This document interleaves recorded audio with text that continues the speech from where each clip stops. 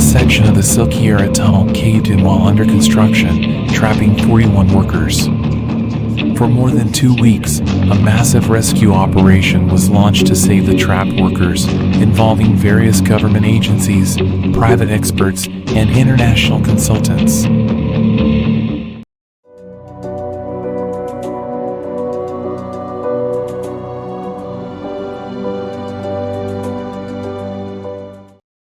Located in Uttarakhand, a state in northern India, the Silkyara tunnel aims to improve connectivity to the 4 holy Hindu pilgrimage sites. The tunnel is planned to be 4.5 kilometers, or approximately 2.8 miles long. The project will also encourage regional socio-economic development, trade, and tourism within the country. On November 12, 2023, Diwali, the Festival of Lights, one of the major Hindu festivals, was celebrated across the country with great grandeur and enthusiasm. At around 5:30 a.m. that morning, workers were finishing their night shift. Since it was Diwali on Sunday, Saturday night's shift had seen lean attendance. All of a sudden, a portion of the tunnel collapsed. This caused 41 workers to be trapped in the tunnel, about 270 m from the entrance of Silkyara. At the other end of this tunnel, where the workers were trapped, was an incomplete section measuring about 477 meters or 0.3 miles. The district administration has launched rescue efforts and made arrangements to supply oxygen, electricity, and food to the trapped laborers through air-compressed pipes. Steel pipes of a diameter of 800 and 900 millimeters are brought to the tunnel site to be inserted through the rubble with the help of an auger machine for horizontal digging. However, the efforts suffer a setback when more rubble falls from the cavity created by the cave-in and causes minor injuries to 2 laborers. Dissatisfied with the performance of the first drilling machine, the project executing agency, National Highways and Infrastructure Development Corporation Limited, asks for a state-of-the-art American auger machine, which is airlifted from Delhi to speed up the rescue efforts. The high-performance drilling machine is assembled and installed, and it starts working past midnight.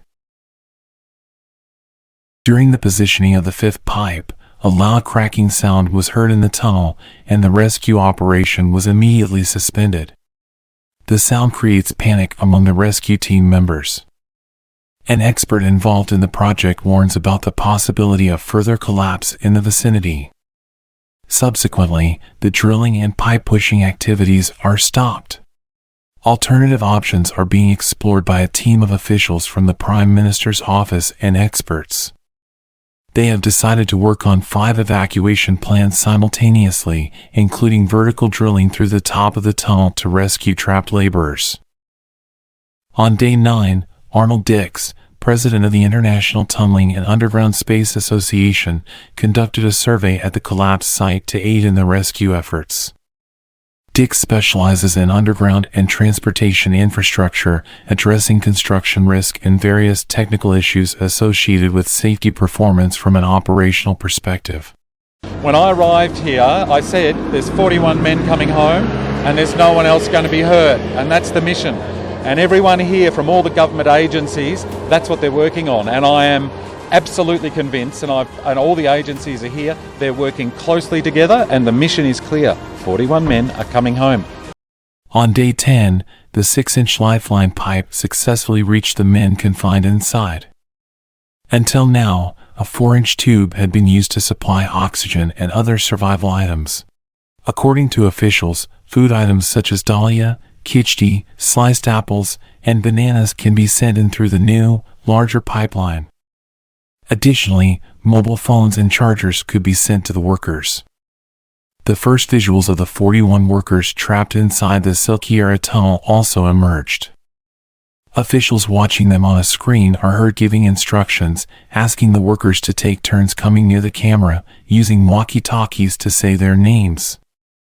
All the workers appear to be in a healthy state. Officials also assured the workers that their top priority is to rescue all of them safely. On day 11, the rescue operation faced another 6-hour setback at night when the American machine encountered an iron girder. On day 14, the drilling machine hit a snag and got damaged. The drilling, the augering, has stopped. Yeah. It's too much for the auger, okay? Okay. It's like our auger is it's not going to do anything more. We're looking at, as we've always been, multiple options, but with each option we're considering how do we make sure that 41 men come home safe and we don't hurt anyone. At this juncture, there is only about a 10-meter stretch of rubble left to reach the trapped workers. Authorities are now considering multiple options, one of which is manual digging. Rescuers had already drilled through 34 meters, only 10 meters remained when the machine broke. So, they are now digging by hand, which would help remove the debris. The manual digging technique known as rat hole mining is banned. This method is often associated with Meghalaya, where holes are drilled to extract small amounts of coal.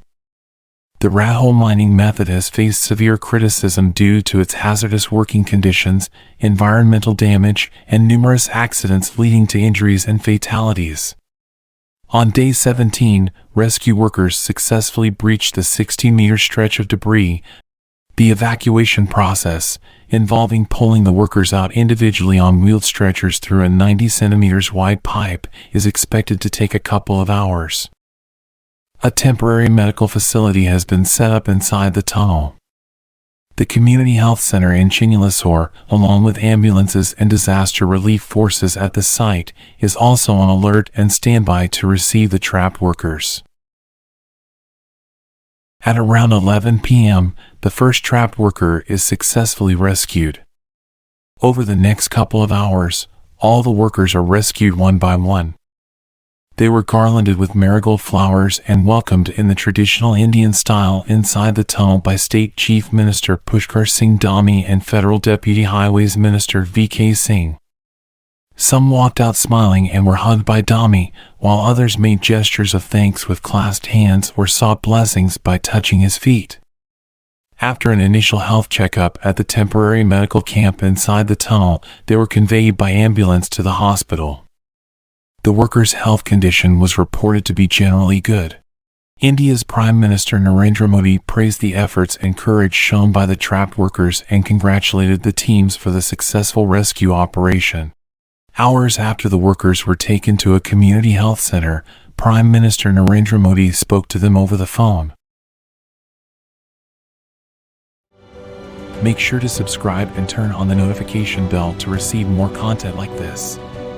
Also, check out other videos as we continue exploring mysteries, incidents, and crimes.